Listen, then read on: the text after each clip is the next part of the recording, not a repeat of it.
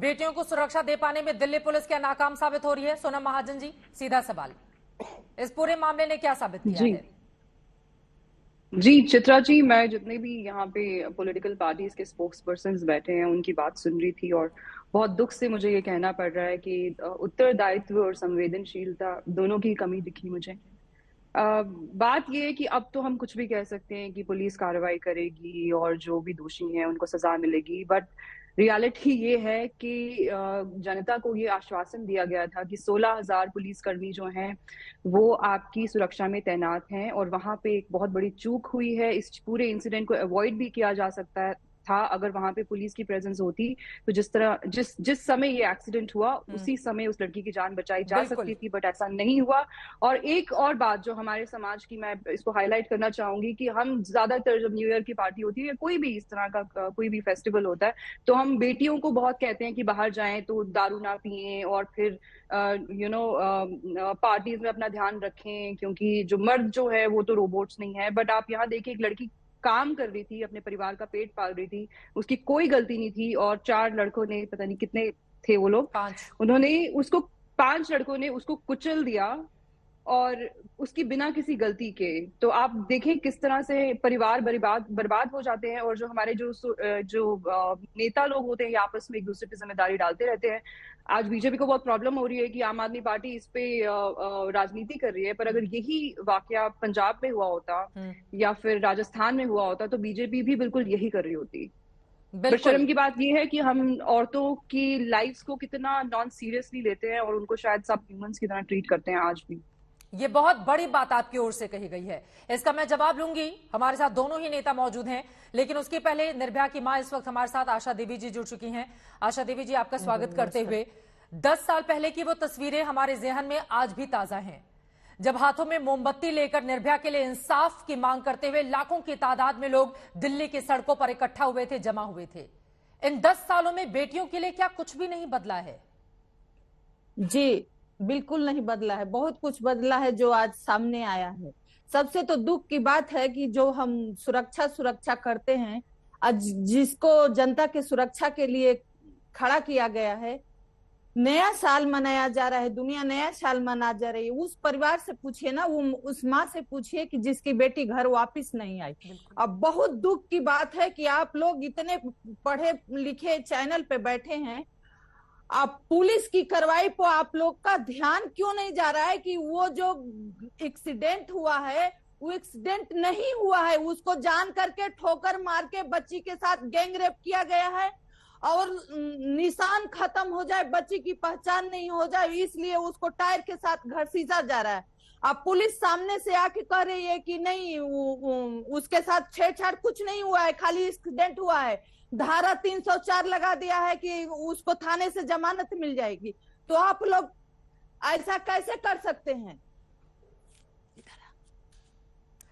आप लोगों ने दिल्ली पुलिस ने पूरी केस ही खत्म कर दिया है। दिल्ली पुलिस ने पूरी केस खत्म कर दिया है कि मुजरिम बच जाए। तो दुर्भाग्य है कि आप सब लोग चैनल पे बैठ के अपनी अपनी सफाई दे रहे हैं, बात कर रहे हैं, लड़ाई कर रहे हैं, लेकिन केस पे कोई ध्यान नहीं दे रहा है कि उस बच्ची के साथ हुआ क्या है। वो बच्ची को जानबूझ के उसके स्कूटी में ठोकर मारी गई, उसके साथ गैंग रेप किया गया, उसके बाद उसको उसके कपड़े, आप ये बताइए कि अगर एक्सीडेंट हो गया, बच्ची चक्के के नीचे आ गए, तो सारे कपड़े कैसे उतर गए? कहीं से तो गले में, कमर में कहीं तो कपड़े फंसते। तो आप लोग इसको क्यों खत्म कर रहे हैं? आप लोग पुलिस की जांच हटा के जांच करवाइए, उस बच्ची के साथ जो दरिंदगी हुई है, उस परिवार को, उस बच्ची को इंसाफ मिले, इस पे बात करिए। ये मत बात करिए कि उन्होंने घसेट दिया, घसेटा नहीं, गैंग रेप करके घसेटा गया है उसको। एलन राव साहब, अब ज्यादा कुछ कहने की जरूरत तो है नहीं। आशा देवी जी, जिन्होंने अपनी बच्ची के लिए कितनी लंबी लड़ाई लड़ी, उनकी बातों को सुनकर तो लग रहा है कि वो जो बातें कह रही हैं उनकी बातें पूरी तरह से, क्योंकि शरीर पर कपड़े का कोई भी हिस्सा नहीं होना, 10 से 12 किलोमीटर तक एक बच्ची को घसीटा जाना, 20 से 25 किलोमीटर वो गाड़ी की जो रफ्तार है उसको रखा जाना, और फिर जैसे ही शब्द कहीं ड्रॉप होता है, गिरता है, उसके बाद तेज रफ्तार से आगे बढ़ते हुए चले जाना, वो क्या गलत बातें कह रही है एलन राव साहब? और दिल्ली पुलिस को ये बातें समझ में नहीं आई क्या?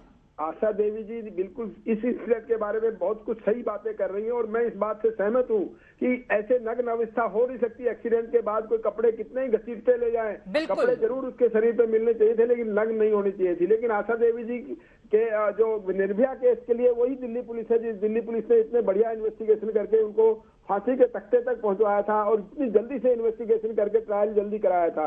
वो भी दिल्ली पुलिस की बात ठीक है, जो अच्छे काम करते हैं उनको अच्छी बात कहनी चाहिए, लेकिन इस केस में डेफिनेटली दिल्ली पुलिस ने बहुत कुछ कमियां दिखाई हैं, जो कि हम इसलिए दिल्ली पुलिस के लोग इसमें मैं समझता हूं कि बहुत ही शर्मिंदा होना चाहिए और पॉलिटिशियन लीडर्स को हमें मौका दे दिया गया है इस प्रकार की लोगों को उतरना पड़ा था सड़क पर, एक माँ को संघर्ष करना पड़ा था आंसुओं के साथ। इस प्रकार से दिल्ली पुलिस की वाहवाही हम करें, लेकिन उसके पहले की तस्वीरें जरा याद कर लें।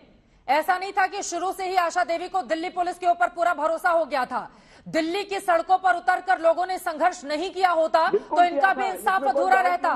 बहुत लंबी लड़ाई लड़ी है इस माँ ने, और एक माँ और है जो रो रही है इस वक्त। उस केस में भी बड़ा छोटा सा क्लू मिला था दिल्ली पुलिस को, इतने 24 घंटे में सभी लोगों को पकड़ा था। ये भी दिल्ली पुलिस की इस जगह जो काम ठीक है वो करना चाहिए, लेकिन इस केस में वास्तव में दिल्ली पुलिस ने अपनी नाक कटवाई है, इसमें कोई डाउट नहीं है। और इसमें भी शुरुआत में अच्छा किया था कि गाड़ी का नंबर मिलते ही 500 लोगों को पकड़ लिया उन्होंने, लेकिन उसके पकड़े जाने के बाद जो यहाँ पर ये गुफा हुआ है इस केस में। आशा देवी जी ने एक बहुत बड़ी बात कही है एलन राज साहब, उन्होंने कहा है कि उस बच्ची के साथ गैंगरेप हुआ और फिर सबूत को मिटाने के लिए उसको घसीटा गया, जानबूझकर घसीटा गया 10 से 12 किलोमीटर तक। ये संभावना हो सकती है, ये पोस्टमार्टम के बाद क्लियर होगा। पोस्टमार्टम का बोर्ड बनाया गया इसीलिए। और दूसरी बात मैं बता दूं कि डेड बॉडी को पोस्टमार्टम के लिए कल ही भेज दिया गया था, लेकिन यह बोर्ड गठित करने में टाइम हुआ और उसके बाद सुबह आज ये पोस्टमार्टम करने के लिए मना कर रहे थे, इसलिए हो सकता है देर हुई हो। लेकिन हाँ, ये पॉसिबिलिटी है कि नग्न अवस्था होना एक इस बात को इंडिकेट करता है कि हो सकता है उसके साथ दुष्कर्म किया हो, लेकिन इसकी पुष्टि पोस्टमार्टम रिपोर्ट आने के बाद में होगी।